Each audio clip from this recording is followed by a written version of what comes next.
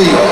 আমাদের মধ্যে আর কিছু সময়ের মধ্যেই আমাদের নেতা, পিছিয়ে পড়া মানুষের নেতা, আদিবাসী মানুষের নেতা, পিছিয়ে পড়া মানুষের নেতা, দলিত মানুষের নেতা নওশাদ ভাইজান আমাদের মধ্যে এসে যাচ্ছেন।